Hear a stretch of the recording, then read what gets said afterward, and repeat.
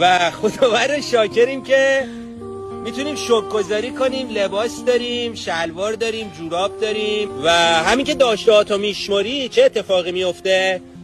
ذهن گول میخوره، چون ذهن تو رو کسان دیگه کنترل میکردن تا الان و با شکرگزاری کردن تو میری تو فرکانس لحظه حال